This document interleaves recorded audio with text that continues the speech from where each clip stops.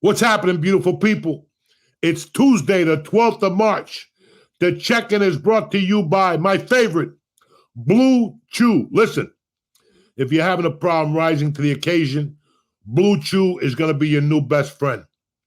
You're like, Joey, why? Because Blue Chew delivers ED medicine straight to your door. And trust me, it works. Blue Chew tablets offer the same ingredients as Viagra and Cialis, but way cheaper. I love it. They come in little packages. You put it in your little top pocket to go. And when you bump into a pigeon on the lake, boom, you inhale that thing and within minutes. I don't care if you ate. I don't care if you drank milk. I don't care if you put a mushroom in your muffler. Blue Chew is completely online, and they have a digital consultation with one of their physicians, and you'll be all set. You tell them about whatever's going on, and they help you out. I've been with Blue Chew for years. They're a fantastic company. Blue Chew just wants you to help you to have better sex.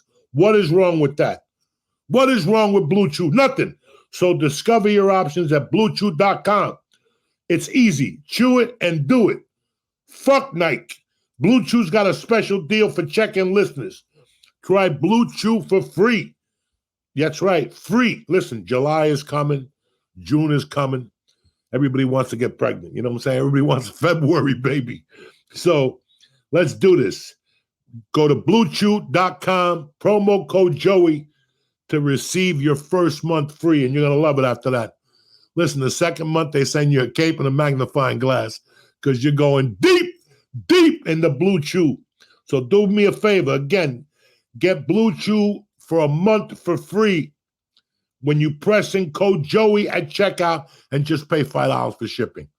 Even if you got insurance, it's not that cheap. Right now, go to Blue Chew, promo code Joey, and receive your first month free. Visit BlueChew.com for details. The check-in is also brought to you by Manscaped.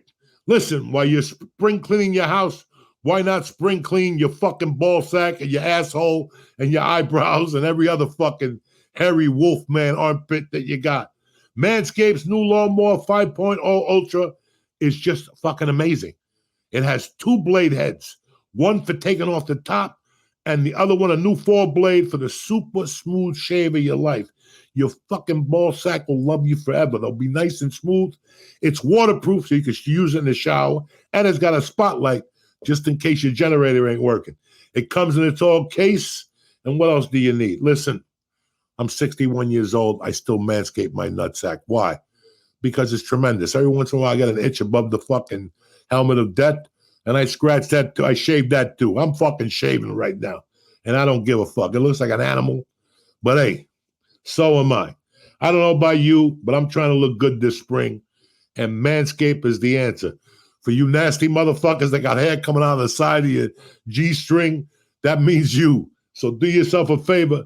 The summer's coming, and you don't want to look like some fucking dude on a beach with hair growing all over him. Get 20% off and free shipping with code Joey at manscaped.com.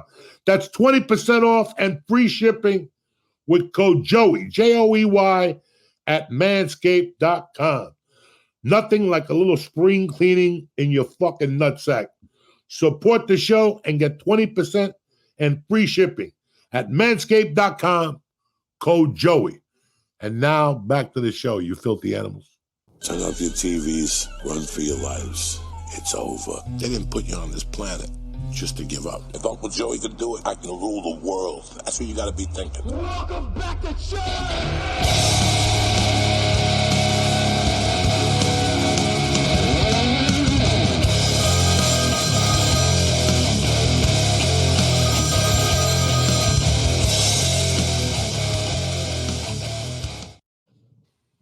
What up there, Boris? Hey, buddy. Am I allowed to say that? Am I allowed to say buddy at all? I can't say buddy ever again? Nah, it's okay. It's just when you work it nasally, you know. You think I want this voice? I fucking can't. That was like the thing that I would never listen to recordings. You think I like my voice? I don't like my voice either. So don't worry. I don't like nothing that I do. I don't like my fucking hair. I don't like my face. I don't like my voice. I don't like nothing. I'm just a mope. I just walk around and accept things at this point in the fucking game. You know, the worst thing I could do ever is watch World News Tonight. Why? Because sometimes like I'm watching something, like I watch the weather on ABC, and then I'll leave and I'll come back and World News Tonight is on, and it just fucking depresses the shit out of me. Like I got addicted to that shit during the pandemic, and it fucking broke me from like March to fucking to like a year later. It broke me. I had to stop watching it. Like when it came on in LA at 3:30, I would be home to watch it already during the pandemic. Isn't that the one? Was that Diane Sawyer? Yeah, but Diane Sawyer was gone during the pandemic. She was in an incubator somewhere on an island, somebody rubbing her feet with Martha Stewart and shit. But yeah, it's just fucking crazy. And did you watch it tonight? Yeah, I walked by and it was on, and it was, like they were talking about the election, who gives a fuck? They were talking about that Biden gave Netanyahu the red light, that he had crossed the red line when he bombed somebody.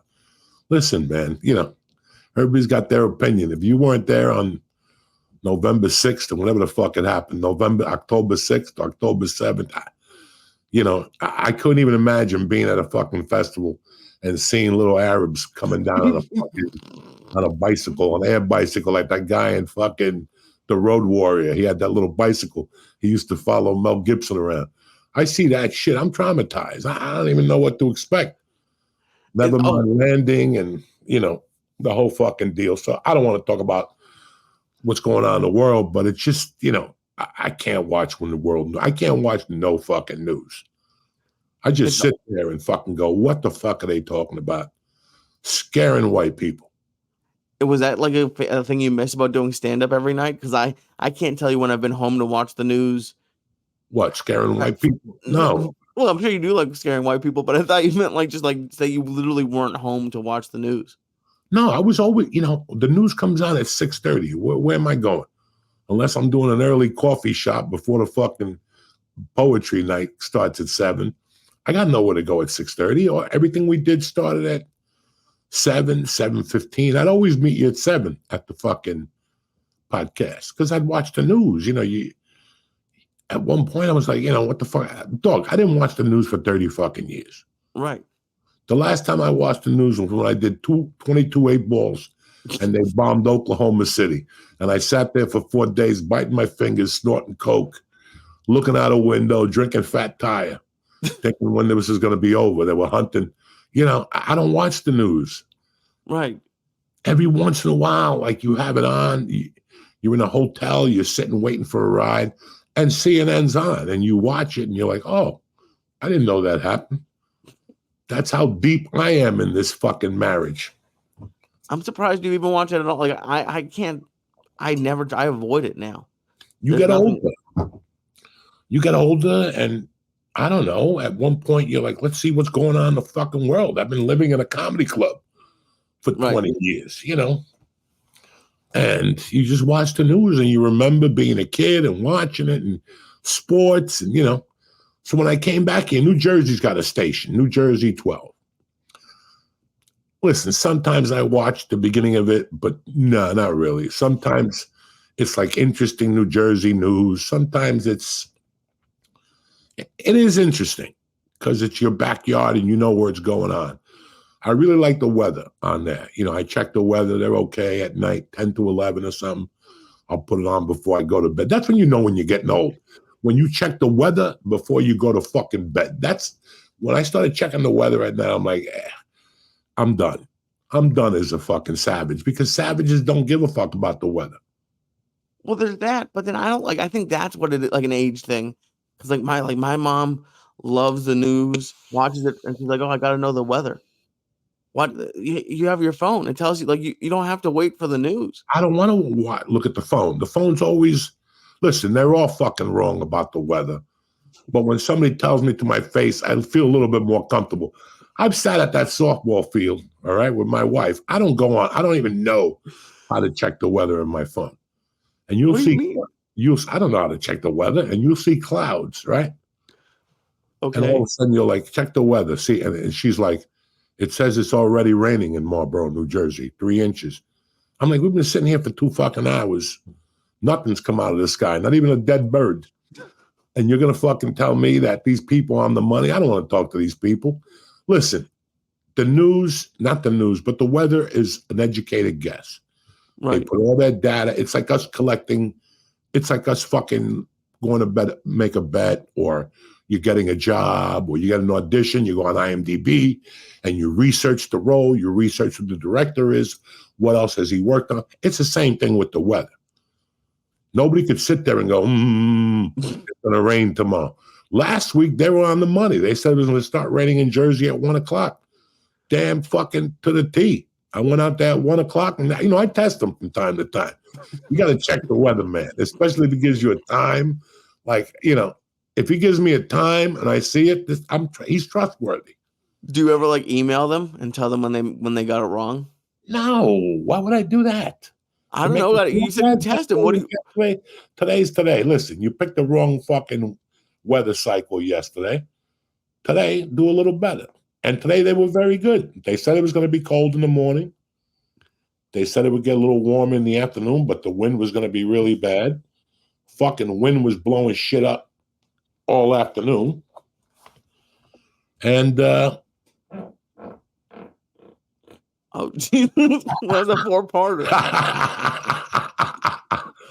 It ain't a fucking party till somebody farts. You know what I'm saying? Oof, it's got some whiff to it. Smells like fucking energy drinks. Oh. But I didn't drink any energy drinks. I don't know what that is.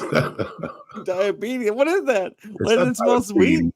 Huh? No, not that you have diabetes. Jesus Christ. No. There's no diabetes in the air here. I didn't eat no crumpets. I'm just trying to put the pieces together, G-Money.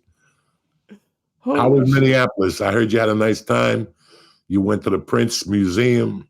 Yeah, dude, that was one of the best places I've ever been. Like, I want to talk to you about a lot of stuff, but like the shows were great. Thank you to everyone who came out on all the other comics. It was fantastic. But like the highlight of the trip was Paisley Park. It was like people who know I went to Niagara Falls and I thought it was like the stupidest. It was not worth the drive at all. Paisley Park is worth the trip to Minneapolis, I think. I was so impressed. It was just you never got to go? Nah, what the fuck, I've been to where he taped everything. I went to that club. We were staying up the corner, and we went over there one day. Chappelle was there. This is years ago, though. But I never went to Paisley Park. It was just because I had no expectations. Like, you and Dean, you would have Dean on, and we'd have Rudy on the church all the time, and very interesting talks about music, but music was just never a huge part of my life. So I knew of Prince, but then you go, and it was like a 2-hour-long tour. They took you through like a few different studios, and it was just, I don't know. As someone who performs, it was just interesting to see all that he did. Like, he learned the art of recording first. And then he did not on every album, but he could do every instrument. He did all his vocals, and then they'd mix it together. He did 39 studio albums. 39. Like, and it was just to see like the precision that he had. Like, he reminded me in ways of like you, just how like you're talking to me a lot now about like making specific moves for a reason, and like just the thought put behind it. And that was like just to see the thought he put behind everything that he did. Like, even designing studios, he would design them in a certain way so like had no echo. And then he would his last tour, Yamaha sent him this purple piano, and he made Yamaha take it back 3 times because the color purple was wrong. And like, it just, it was just so cool to see. Like, it was just his vision. It was just really cool. Lee, to be a great entertainer, you have to get entertained.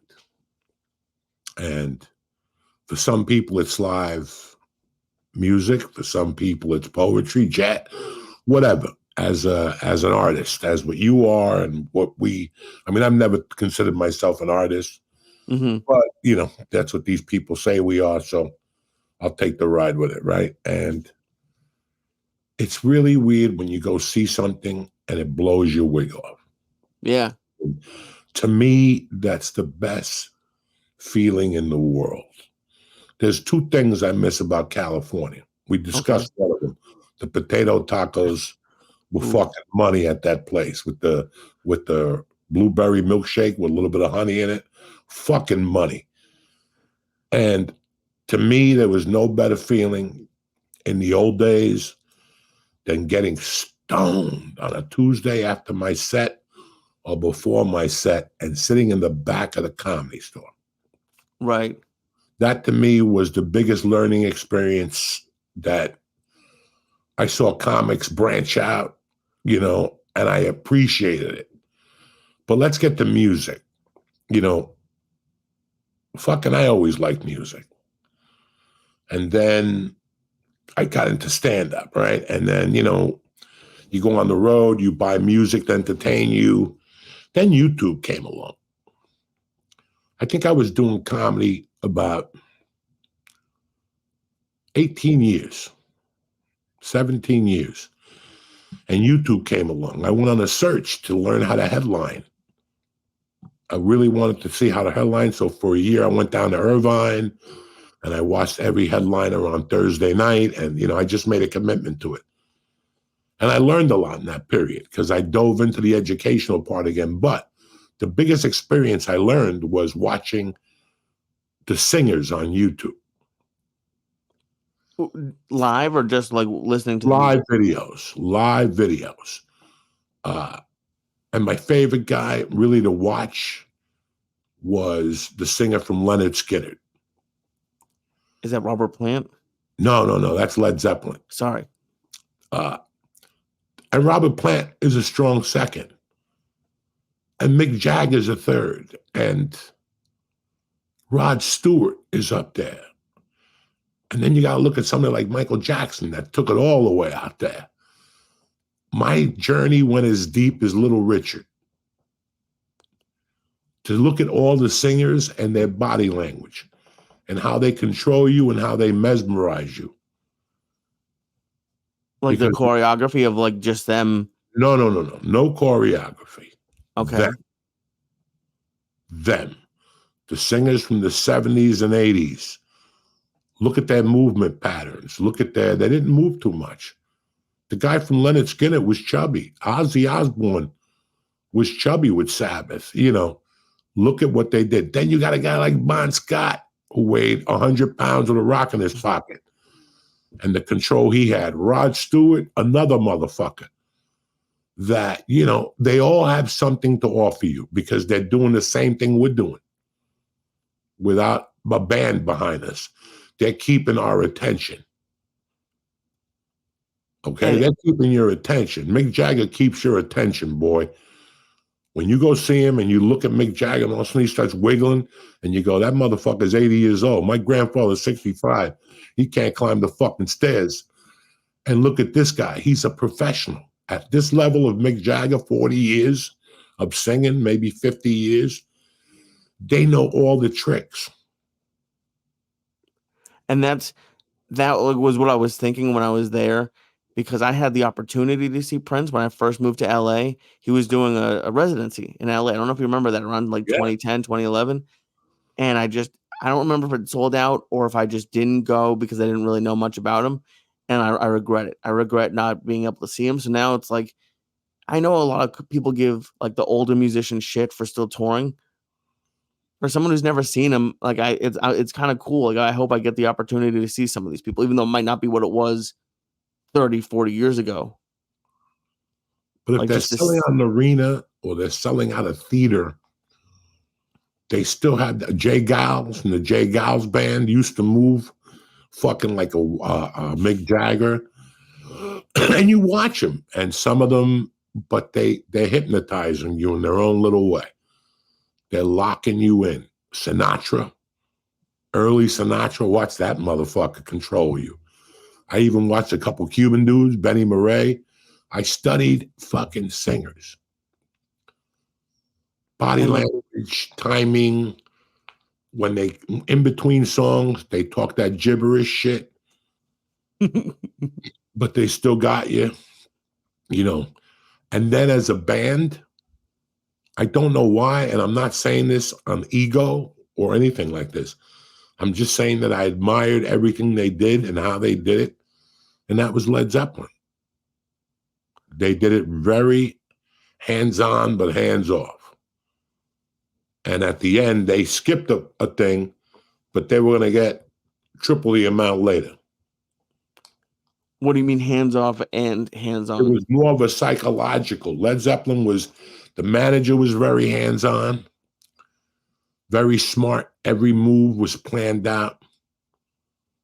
Every tour, he even took it as far as getting paid in advance for Led Zeppelin performances. What you want to charge, that's your business.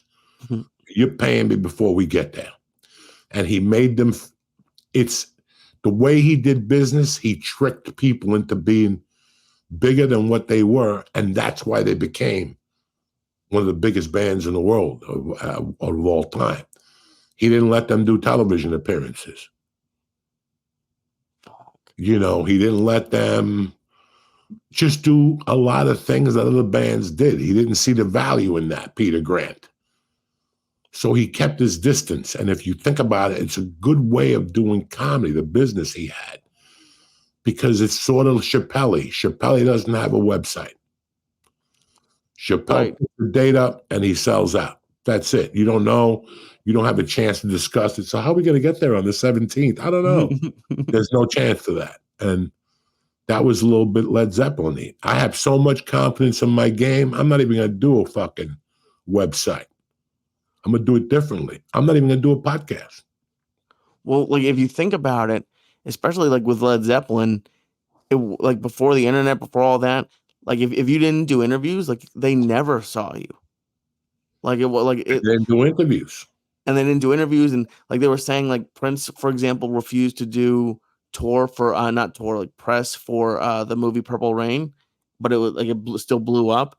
So it's interesting to see like that might have made, like, since they didn't have them when anything came out, they're like, oh my God, we got to see what they did. I still remember that whole Prince thing.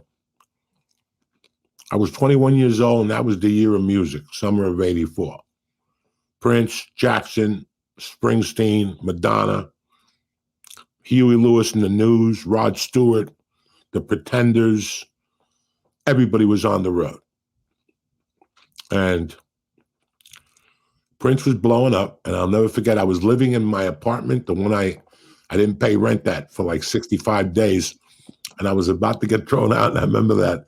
I go, what am I going to do in this apartment on a July night? So I had to listen to see if the landlord was out upstairs, and I hadn't paid rent. I know it was July 4th weekend, 1984. All my friends were down the shore.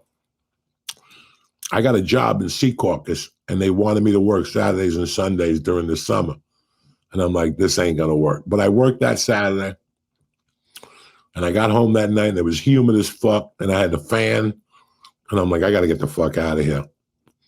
I smoked a number, and I ended up walking to Secaucus to Harmon Cove Theaters, like fucking, I don't know how long of a walk it was. I had done it before. And I went out there and fucking watched Purple Rain, and then when the movie ended, I walked back and had to sneak in through my shower window, and land in the tub head first, and that's my adventure with Purple Rain. I really liked it. I had seen his videos before on MTV, 1999, and Little Red Corvette and all that shit. And writing that song, like maybe 3 weeks later, at this time, it was like the end of July, and I would live downtown, but I owed money, so I couldn't be in my apartment. And so about 4, I would sneak out before the landlord got home from work. And I would walk uptown to my friend Lubes' house, and I would lift with him from like 5 to like 6:30. And one night we're in there smoking dope, playing with his dog, lifting weights and shit. And all of a sudden, on the radio, on like KTU, it said Prince is making doing a secret show tonight, or whatever they called it. Pop up or a surprise, or I remember me and him just put fucking like water under our armpits. I put monkey grease in my hair. It was humid and hot, and we shot over there. And it was $15. Jesus. It was Sheila E. and Nucleus. Sheila E. was the drummer, right? Yeah, she played the warm-up song, which was the Dangerous Life, whatever. And it was pretty fucking interesting. He blew me the fuck away. Like, I could lie to you and say I became a fan, and there was too much going on in my world for me to become a fan at that time. It was 1984, and I was about to be homeless 5 months later. That was the beginning of my downfall, was that July, August, and September. So, but I always remembered that. And I think when I moved here, I rediscovered Purple Rain. I watched it one night on like BET. And I went in a fucking Prince hole for like a month. There's one song on that album that's always, his performance is brilliant on it. I forget what the name of the song, not the obvious ones, or it's, I forget. I got to look it up, but it's fucking amazing. I Want You. Oh, yeah. Baby, baby, baby, baby, I want you. Woo. I'm deep in that hole right now because I don't know. I know like the big ones, like When Doves Fly and like Raspberry Beret. Yeah, and look stuff up like that, fucking later on. Look up Purple Rain, I Want You, Prince, and you'll go, what the fuck? So it's pretty interesting. I'm happy you did it because you became a fan of the things he did. I became a fan of the things that, and like just it's interesting. Like the word fan is interesting because it was a small tour. There was like maybe like 10 people, and at first I was smoked a little bit, so I was just a little too high for it. But there was like 2 couples in particular, like one like the whitest couple you could ever imagine, but like at first I wanted to make fun of, like laugh at them in my head because like they were crying at certain points, and like the guy started giving like a eulogy to Prince at the beginning, which did make me laugh. But no, not the tour host, just another guest. Like we were in like an atrium, and I was trying really hard to keep it together. But he was like, I think Prince is watching over us right now. Were they Gentiles? Yeah, well, they were, but I turned on them like in a positive way, like about half the way through. Like it seemed like they were on like an anniversary, like it was just so important to them, like it's an anniversary trip. Like she was dancing and every time they were playing music, but it was just like the impact that he had, whether or not they were being a little bit overboard. Like it's just cool to see like that, like someone is like that's like what a real fan is. Like it was just cool to see like people loved him that much, and just from his music. It's pretty fucking amazing, man. It's pretty fucking amazing how, I don't know, you just get to like different bands growing up. And, we had no window to the world. I didn't have the internet. Right. I couldn't hear a song and look it up and see where they wrote it. I didn't have that. It was all the back of the album cover, a magazine, a Rolling Stone, the information on these bands now. Like this morning I played the Allman Brothers, and I love that shit, especially on a Monday morning. Makes me want to stab a motherfucker, especially live from the Beacon Theater and all that shit. Okay, I was gonna ask. Okay, those shows are great, and it's just crazy how it makes me fucking go. Like when I tell people, they think I'm kidding you. I'm not kidding you. That type of music makes me go off. Somebody sent me a personal Facebook the other day, and they're like, we really dig you, but why do you have to hit so hard in the morning? With the music? Well, music and the shit I say, motherfuckers get up, whatever. And I really had to think about it. I thought about it. I didn't answer him back yet, but I had to think about it like 3 days ago. And it was because that was how rough I was on myself. I'm not that rough on myself no more. But when I was rough on myself 5, 6 years ago, you saw it in those tweets in the morning. That was me being me to me. That's me beating up on me. That's not the world beating up on you yet. That's you getting you fired up to get the fuck out of that house and stab 3 motherfuckers. You know how many times I got home at 6 in the morning with no money? And I forced myself out at 8. I'll bump into somebody, borrow 5, get a fucking ham and egg sandwich in me, and I'll be tip-top magoo, ready to fucking steal. I was raised on the early bird gets the worm. You know, it's really crazy. I was talking to a dear friend of mine today, and he was telling me about that his son's in a band and that some of the guys didn't want to go on a tour, you know, and it lets you know how much the game has changed anymore. Why would they not want to go on tour? Like some of the people were apprehensive about going, you know, and it's crazy how people are scared of experimenting anymore, especially our youth. Our youth had a little bit more creativity from the bottom up. Everything we saw got created by, you know, now it's, you watch Saturday Night Live, it's a black guy with a turntable and he's out there rapping, lip syncing. You know, it's great, but I don't see the work process, you know. Somebody today makes a song, they go on TikTok, they get a little fucking action, and then they lay down. They lay down. Well, I'm not selling tickets. Well, what do you think this is? A one-shot deal?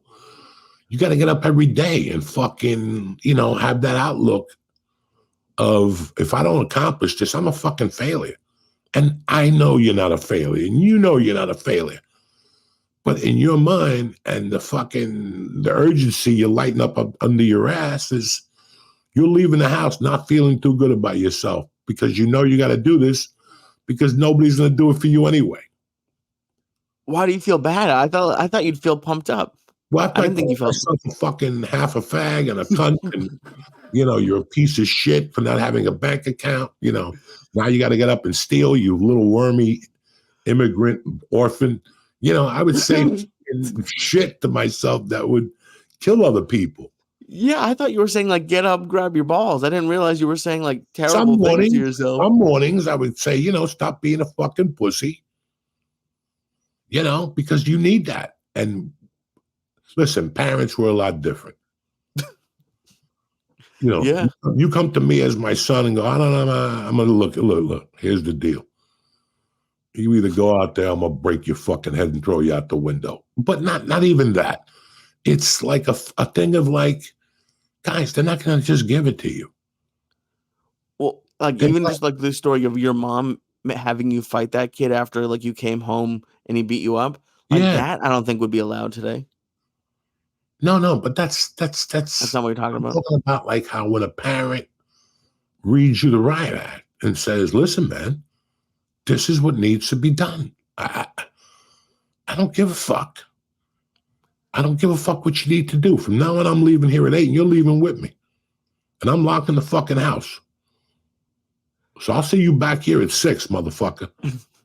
Until then, I don't want to see you in the fucking neighborhood. I got security, you know, and this is the urgency. This is part. I'm not saying I'm right, but I started going to open mics. I started talking to different comics. And it's so weird how you have been a gem. You have really been a gem. Well, thank you, buddy. Because some people, they just go off the deep end. And, you know, I spoke to an agent about a month ago, and he was telling me about some of his clients. And he goes, this is getting, you know, everybody, like, listen, when things started picking up for me, it was MySpace. Remember that? With MySpace and stuff. And then it went to Facebook or whatever the fuck, then Twitter, then Instagram, whatever, right? I knew that once I got 100 people a showing, that was great for a guy like me. Yeah. That was great. But guess what? I got to do a little better. So I got to get that up to 50, 150 a show. How am I going to do that? By doing more fucking social media and making believe I'm something I'm not, or by writing comedy and then supporting it with the strength of a good social media. You know, like fucking going after it. And that's what I did. And then when I got the 150 a show and I was selling whatever the fuck that is for the weekend, you know, 750 a weekend, I got to get it to 1,000 because that's when they started paying you bonuses. For 1,000 people for like a 5-show weekend or something like that? You know, so I was like, I got to get that to 1,000. And it was a leap. I grew with it. I didn't go from going America's Got Talent and go from doing 11 people at the Brea Improv to fucking, 2,000 people at the theater, 4,000 people. It just didn't happen like that. But I'm fucking happy because I grew with it and I was prepared for the growth. What happens if you go tomorrow? You go on America's Got Talent, they come to Boston, they see you, they want you to go on there, you win first place. They're going to ask you to do a fucking tour like, what's his name? Are you going to feel fucking really good about a headlining tour with 50 minutes? No. I like, but 50 tour. On the other side of it, though, it would be it sounds very appealing. Like, it's everything that I want, and it's hard to like not go after it, like to try to get there quicker, especially when you see so many people doing it. Like, there is a design. I know that, like, I was talking about it with the guys who did the show with me this weekend, and all of them were great. But we were talking about, like, because people have asked me why I don't headline clubs, which, by the way, like, I know I'm not ready for, and I would say no to that, but it's just I'm just starting to get comfortable. Like, I was thinking about when you're talking about selling 100 tickets, like, that's a lot of. I know all these clubs and they're selling out arenas now. 100 people to come for you is a lot of people. That's a great accomplishment. But why stop there? Sebastian wanna stop there. Arena. Neither would Bert, neither would Joe Coy, neither would half these arena guys. It all started with 100. And Lee, look, a person could do whatever they want in this comedy career. But I've always said one thing. No matter what comic, we can interview 100 comics, and they'll all tell you when they stuck their foot in their mouth, maybe once, maybe twice, maybe 5 times. And sometimes they made comebacks, and sometimes they didn't come back from that. A lot of people got a lot of chances in this business. You get an hour, you get a chance to do an hour. I know for me, I want to be prepared to do an hour. And I didn't feel I was prepared to do an hour till the 15th year. And even then, and this is, working with Rogan and learning, 15 years is 2006. 2006, I wasn't a good comic at all, brother. The funny was there, but I wasn't a good comic at all. And let's face it, I was not a fucking headliner. That's why I did what I did 2009 and 10. I was going to quit comedy, but not really. I was just watching. The way I was doing it wasn't working. And was it different from like you headlining a bar show and headlining a club? It's 2 different fucking worlds. The thing I like about bar shows, the thing that always helped me was I always did them opposite the Comedy Store, the Improv, and the Laugh Factory. That was where the real growth was. Because I was going to a bar and just fucking hand-to-hand combat.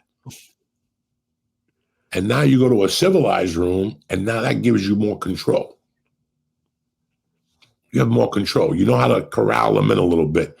You told me something the other day about a festival with 19,000 people. You stay away from that.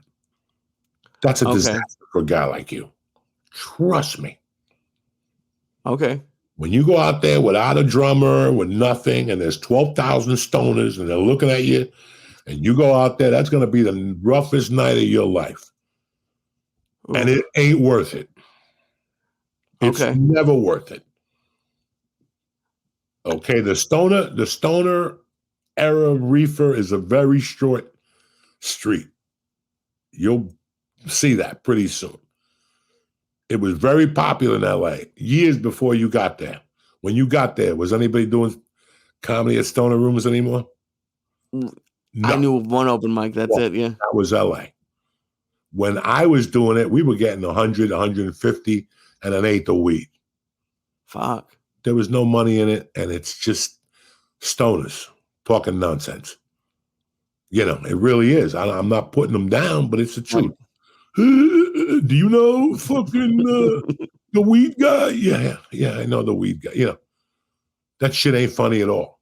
30 minutes of, I got so stoned last night. Enough. And you'll see it. But 19,000 fucking stoners by yourself? No, I don't think so.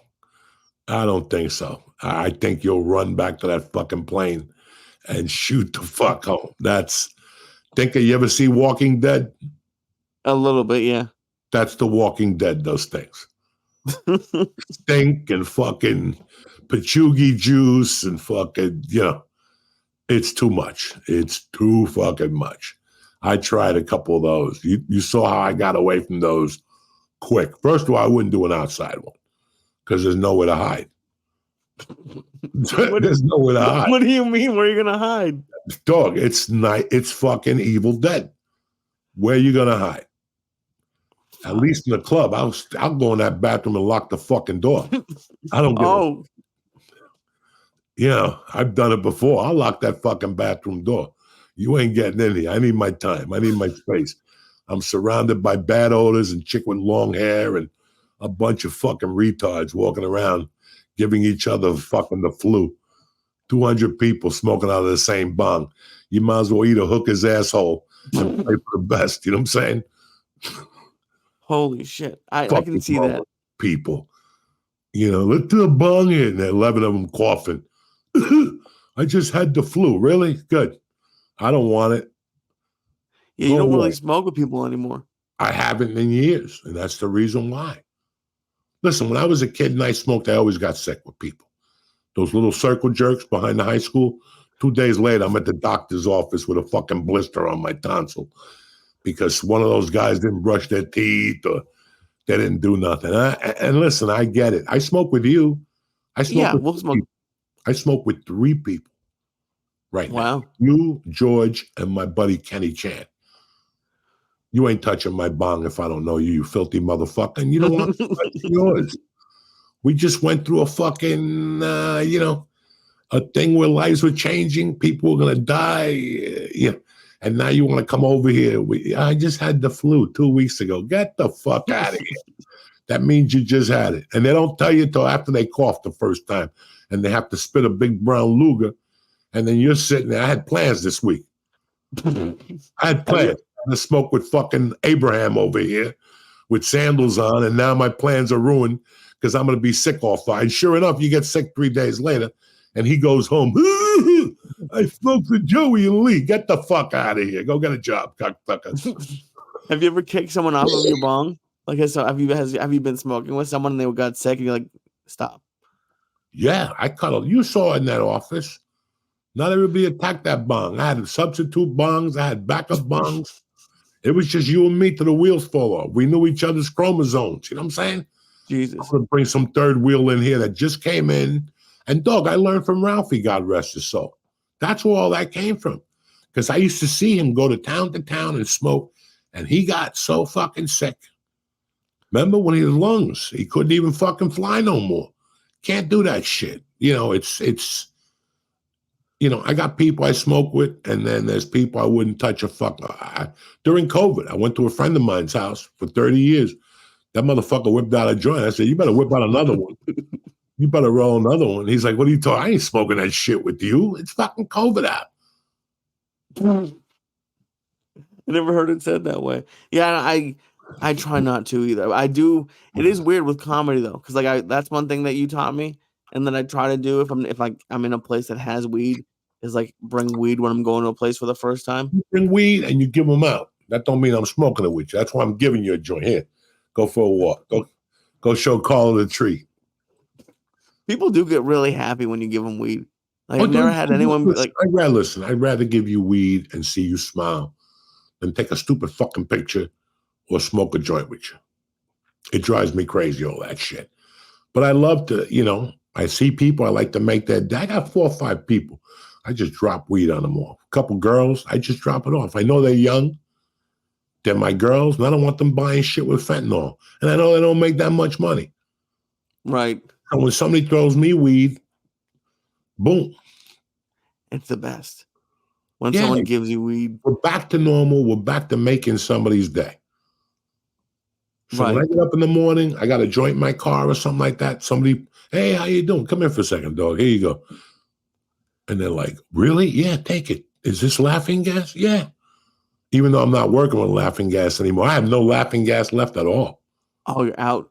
But any of it. I've been Any going weed. to a place, Lee.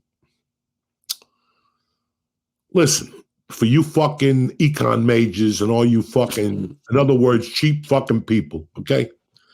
Because enough is enough, especially in New Jersey. New Jersey has grown around this sub weed culture, and the weed that I was bringing, like people refuse to buy that strain. And I know it's a budget thing, but let me tell you, let me put it in perspective to you motherfuckers. When I was homeless, I was still smoking the best weed that Harlem had to offer. And I made sure of that because it all goes, when it comes to the head, you got to take care of the fucking head. If you don't take care of the head, it ain't going to take care of you. So when I smoke weed, it's like anything else. It's got to be fucking up there. You know, it's got to be fucking up there. So when people go to me, I got this good weed and I smoke at 27%. 27% ain't even going to give me a toothache no more. I'm in the 30 to 30 fucking something range. And I went to a couple places in Jersey and everybody had what was supposed to be good weed, but something was missing. I started going to New Jersey Leaf. Okay. They got a weed called Rhythm, a label called Rhythm. I bought 4 fucking different things. All 4 of them were mind-boggling. And that 30% just straight flower?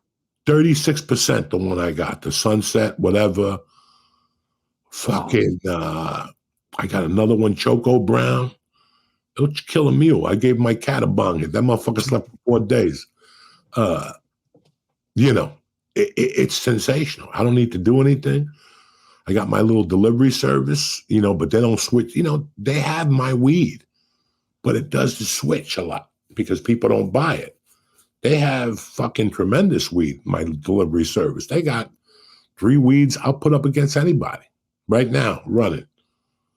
But I've already smoked it 4 times over. They don't move it as fast. Because you're the only one buying the super strong stuff? Me and a couple other fucking professionals. Listen, I won't go out to dinner for a week if I could have my weed. I'd rather have my weed than an expensive fucking dinner.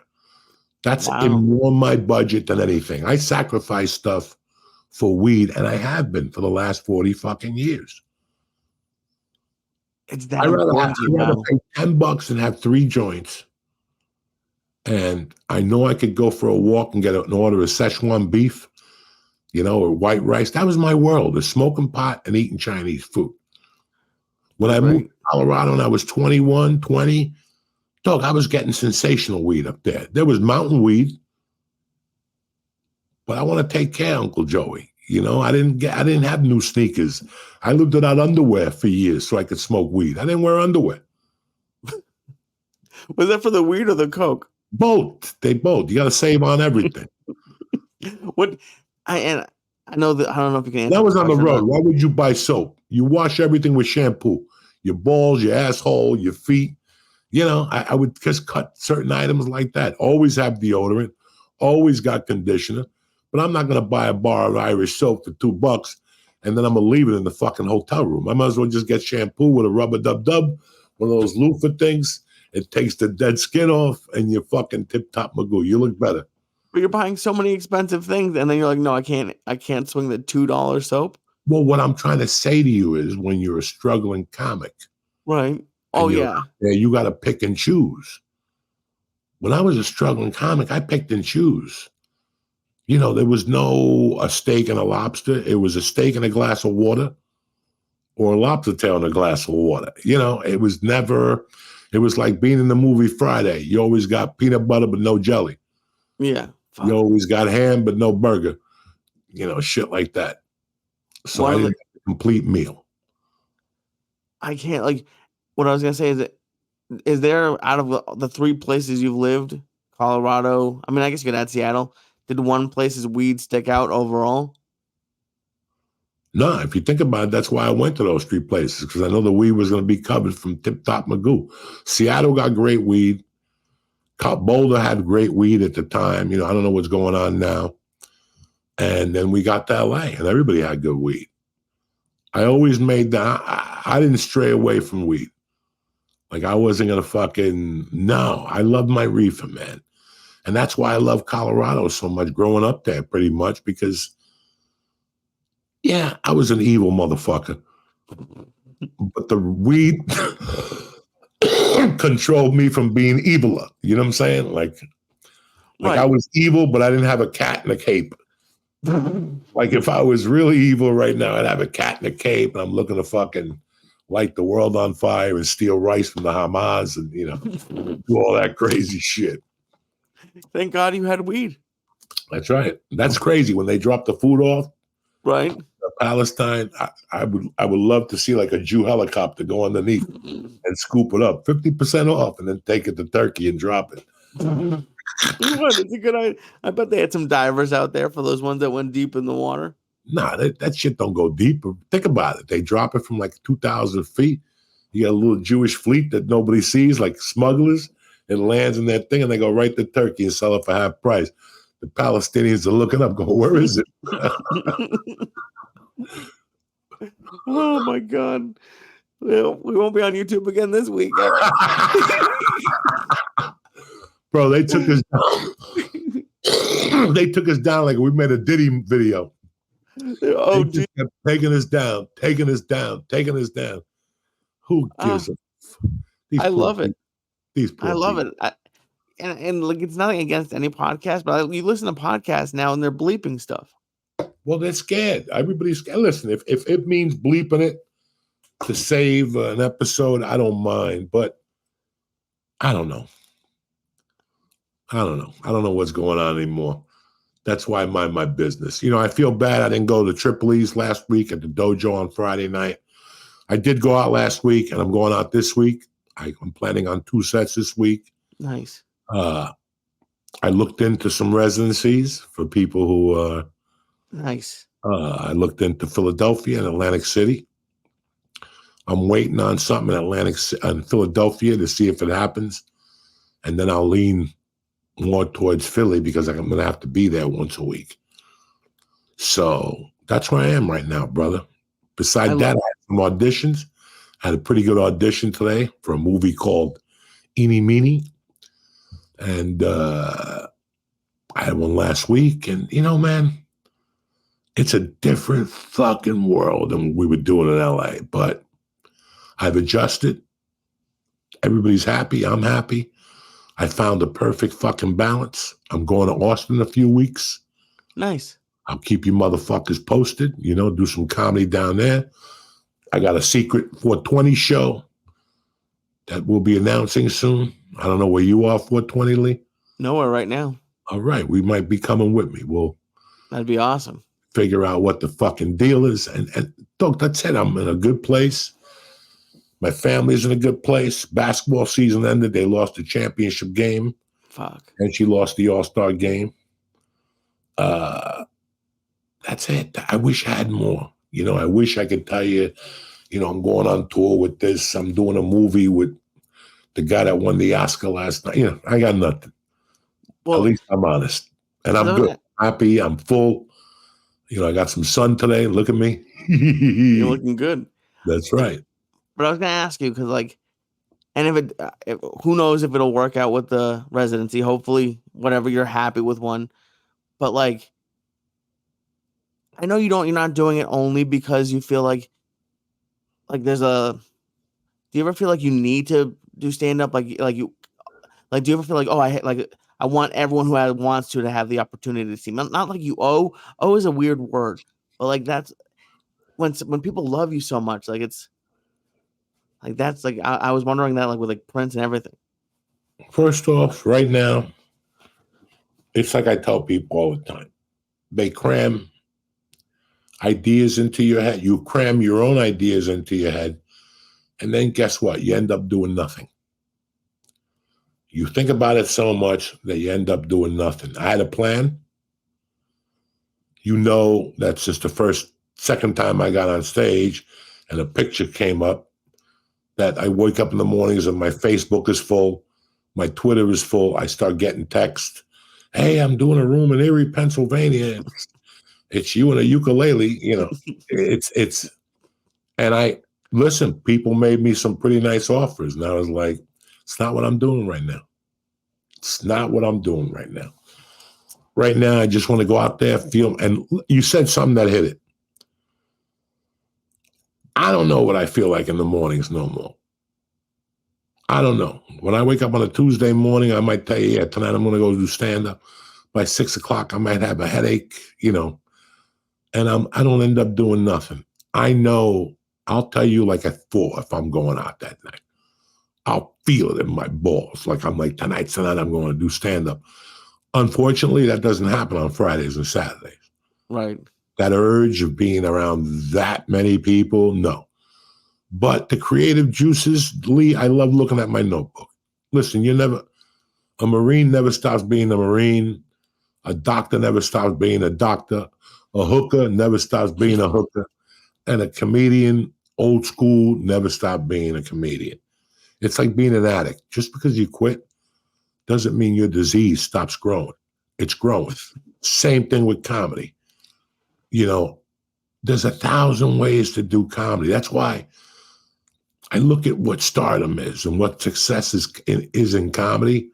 Success in comedy is whatever you make it.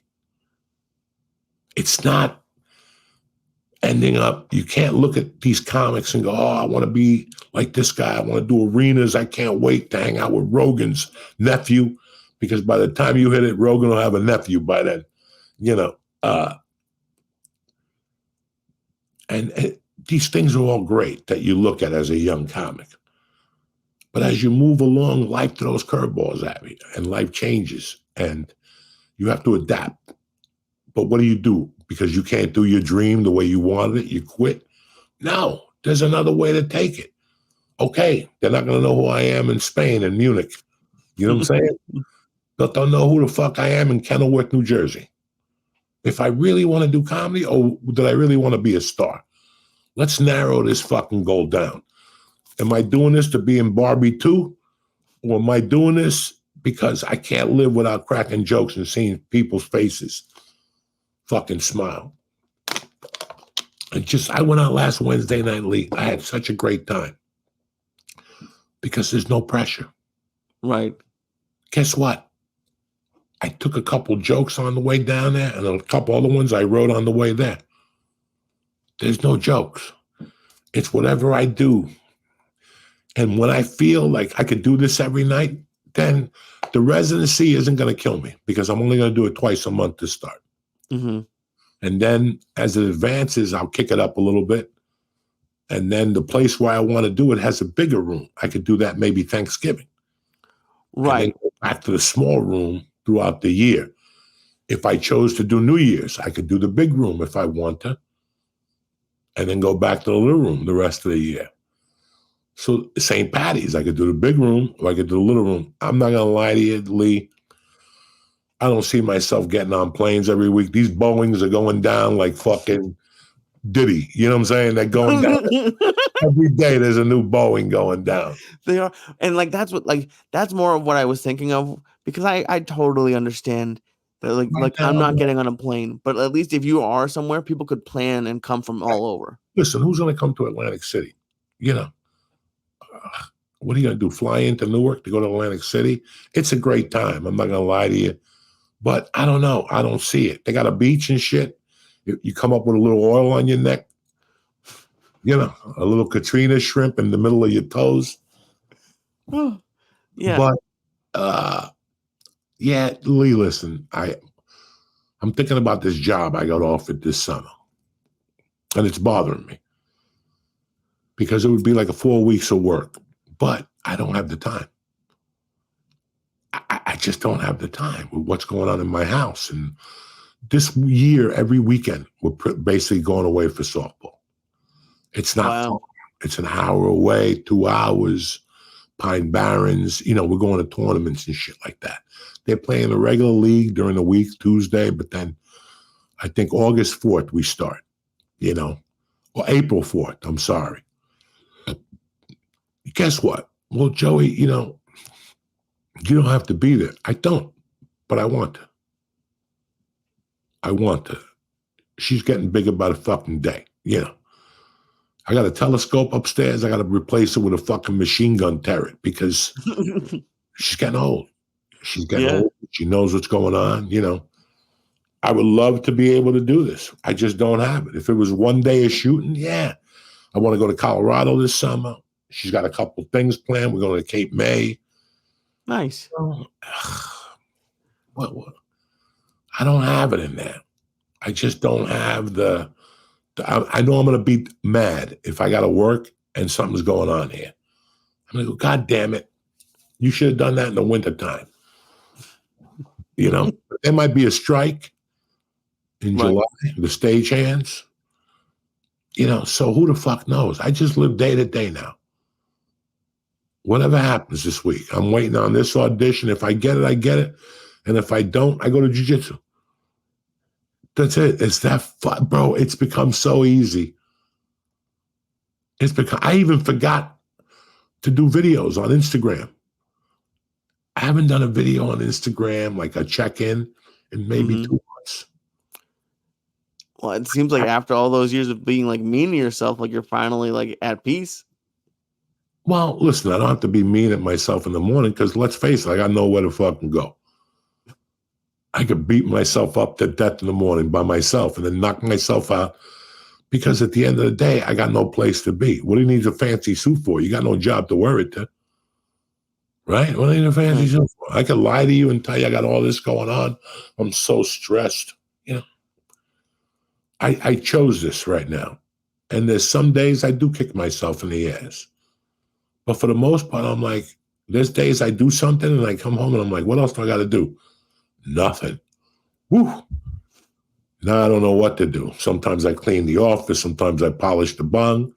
Sometimes I write little jokey poos. Sometimes, it's always something. I go to the gym a lot. That's it, brother. I would love to listen, it was so weird where I saw what people were doing, and I always said this, like people, you would just ask me to wait tonight, and I'm going to give you a straight answer. Do you think I feel bad when I see people in arenas, and I know that could have been me right now, like maybe 5 years later, 6 years later, with exposure and shit, and that work ethic we had, I could have done something like that. Right. But I looked at the work, and I'm like, I just don't want to do it anymore. Not that I quit. I just didn't want to do it anymore. So I had to find a different avenue. And if it's doing one night a week somewhere, just to mix and match. No, I still got a lot of great jokes coming out of me. I still make myself laugh. I giggle like a fucking half a fruitcake sometimes at night, especially.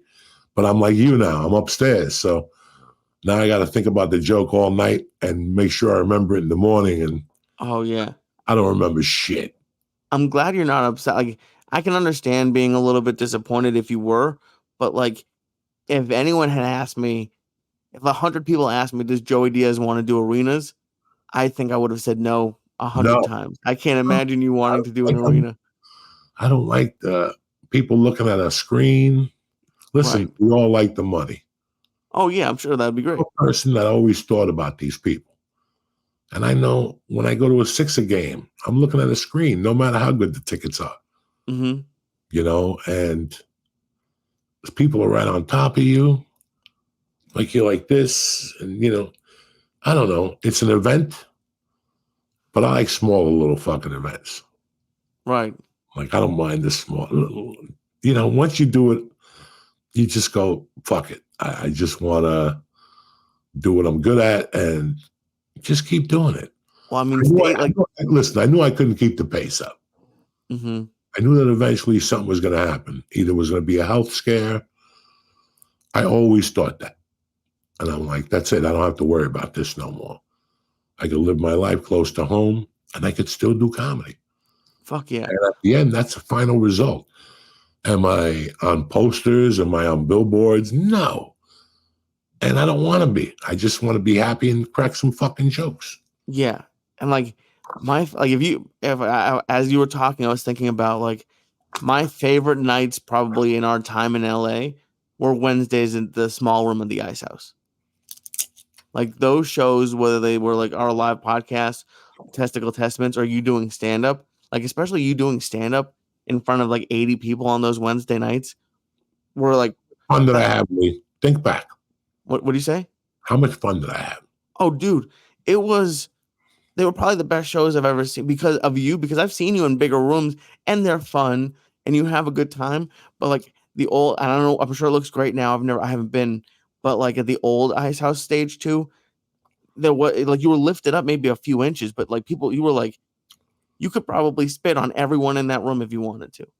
Like, and it was just, you had so much fun and it was like, just like the laughs in those days were fucking just try. And the people were loose, and that's when I called you in front of, you were in charge of porn in Auschwitz. the porn director of Auschwitz. Yeah. I mean, listen, man, I don't know if you know this. We were doing the first live podcast and putting them up, selling them and shit. I mean, we were fucking nuts. But listen, I could talk about fun all day long on stage. There was no more fun. If I think of the 3 stages later on in my career where I used to just let myself go, was the main room at the Comedy Store. Before the pandemic, I got really good in there. Yeah. Considering how bad I was in there, I got really good in there, but I learned how to goof on people in there. I learned how to just say shit to make them look at their faces, and it just became fun for me. The original room, I can never go back to the original room because my brother in the original room is no longer with us. And I give credit where credit is due. I was a great comic in the original room, but that was because of Jeff Scott. And he's no longer with us. And I'm the type of guy, I'll give credit where credit is due. Since day one, Jeff Scott knew I liked to dance. And he would always play music for me. In the beginning, there was a time where he would just put it on in the middle. I'd be in the middle of a joke and he'd put on music and I'd have to dance and go right back to the fucking joke. You know, he made me. I heard that song about a month ago on Sirius and I had tears in my eyes. Come on and do it. Do it. Do it till you're satisfied. The beginning of that and shit. That's what he would play? Yeah, always. The last 7 years I was there before the pandemic, he just caught on to that. And he was like, Joey, we're doing it every night. Do it. Jeff, I think about the Comedy Store and I'm like, I can't go in there. They even built a little wall for Jeff in the back where he used to smoke. They put like an ashtray in gold. They bronzed it. Jeff was a big part of that fucking place. Huge. And I also had a lot of good times at the Houston Lap Stop. Mm-hmm. That little old club. Holy shit. And all these rooms are 300 and under. Right. I did great at the fucking the theater in New York. I used to do great at Gotham. I used to blow that fucking room up. I enjoy myself in those rooms more than the theaters. I can't lie to you. Right now, I just want fun. So that's where I'm at. That's awesome. How about you, brother? I know you're in Connecticut this week. I'm in Connecticut. I'm at City Steam Friday and Saturday, but there's a big one coming up April 13th, Gramercy Theater with Josh Wolf. And that's in the city. Yep, that's in the city, Gramercy Theater. Saturday night or? I think it's a Saturday, yeah. I'm almost positive. It's April 13th for sure, Gramercy Theater. Where are you Friday night? Friday night, nothing yet. I'll definitely do a trip up there. And then I also have something coming in May in New York, but that's a far away. Maybe you coming on the 13th and just stay here. And we'll leave the following week for the 420 show. Fuck yeah. All right, let me find out what I could do. And then we'll announce it on fucking here next week or the week after. That'd be awesome.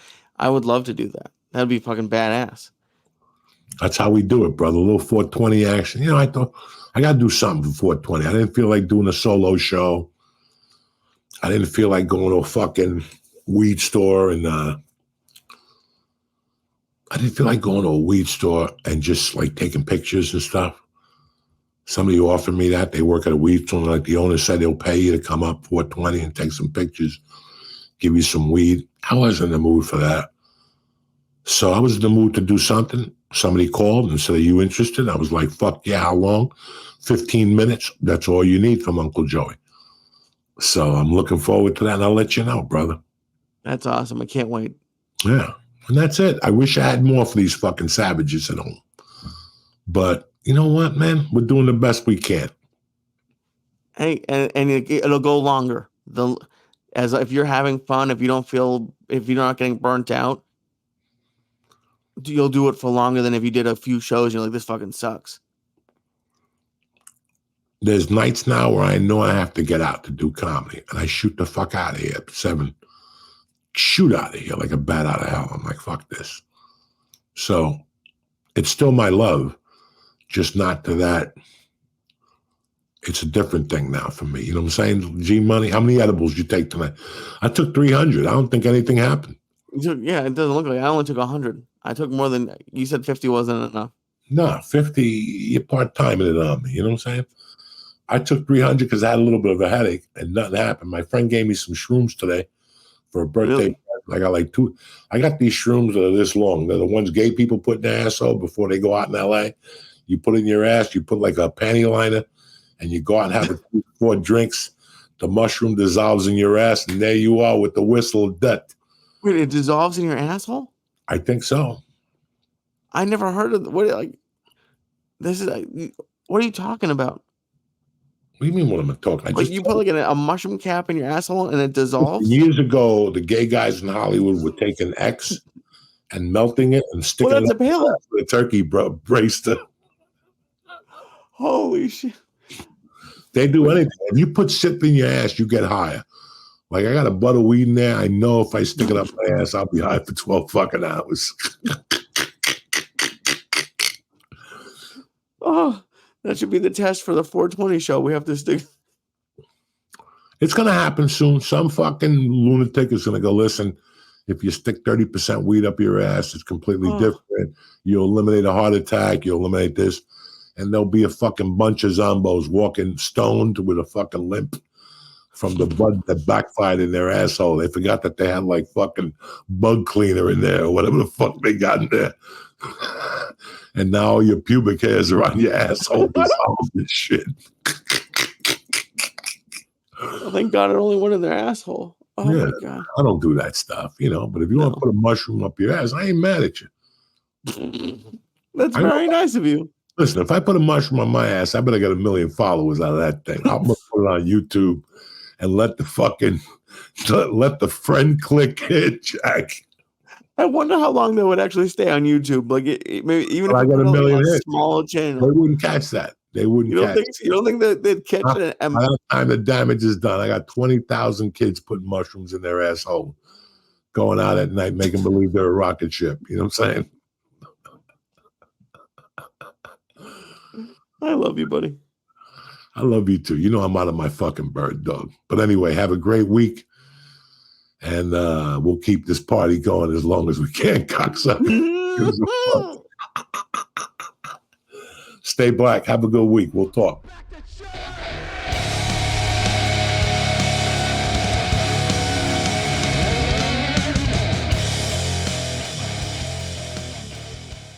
The check-in is brought to you by my favorite, Blue Chew. Listen, if you're having a problem rising to the occasion, Blue Chew is going to be your new best friend. You're like, Joey, why? Because Blue Chew delivers ED medicine straight to your door. And trust me, it works. Blue Chew tablets offer the same ingredients as Viagra and Cialis, but way cheaper. I love it. They come in little packages. You put it in your little top pocket to go. And when you bump into a pigeon on the lake, boom, you inhale that thing and within minutes. I don't care if you ate. I don't care if you drank milk. I don't care if you put a mushroom in your muffler. Blue Chew is completely online, and they have a digital consultation with one of their physicians, and you'll be all set. You tell them about whatever's going on, and they help you out. I've been with Blue Chew for years. They're a fantastic company. Blue Chew just wants you to help you to have better sex. What is wrong with that? What is wrong with Blue Chew? Nothing. So discover your options at BlueChew.com. It's easy. Chew it and do it. Fuck Nike. Blue Chew's got a special deal for check-in listeners. Try Blue Chew for free. That's right. Free. Listen, July is coming. June is coming. Everybody wants to get pregnant. You know what I'm saying? Everybody wants a February baby. So let's do this. Go to bluechew.com, promo code Joey to receive your first month free, and you're going to love it after that. Listen, the second month, they send you a cape and a magnifying glass because you're going deep, deep in the Blue Chew. So do me a favor. Again, get Blue Chew for a month for free when you press in code Joey at checkout and just pay $5 for shipping. Even if you got insurance, it's not that cheap. Right now, go to Blue Chew, promo code Joey, and receive your first month free. Visit bluechew.com for details. The check-in is also brought to you by Manscaped. Listen, while you're spring cleaning your house, why not spring clean your fucking ball sack and your asshole and your eyebrows and every other fucking hairy wolfman armpit that you got? Manscaped's new Lawnmower 5.0 Ultra is just fucking amazing. It has 2 blade heads, one for taking off the top and the other one a new 4-blade for the super smooth shave of your life. Your fucking ball sack will love you forever. They'll be nice and smooth. It's waterproof, so you can use it in the shower. And it's got a spotlight just in case your generator ain't working. It comes in its old case. And what else do you need? Listen, I'm 61 years old. I still manscape my nutsack. Why? Because it's tremendous. Every once in a while, I get an itch above the fucking helmet of death. And I scratch that too. I shave that too. I'm fucking shaving right now. And I don't give a fuck. It looks like an animal. But hey, so am I. I don't know about you, but I'm trying to look good this spring. And Manscaped is the answer. For you nasty motherfuckers that got hair coming out of the side of your G-string, that means you. So do yourself a favor. The summer's coming, and you don't want to look like some fucking dude on a beach with hair growing all over him. Get 20% off and free shipping with code Joey at manscaped.com. That's 20% off and free shipping with code Joey, Joey, at manscaped.com. Nothing like a little spring cleaning in your fucking nutsack. Support the show and get 20% and free shipping at manscaped.com, code Joey.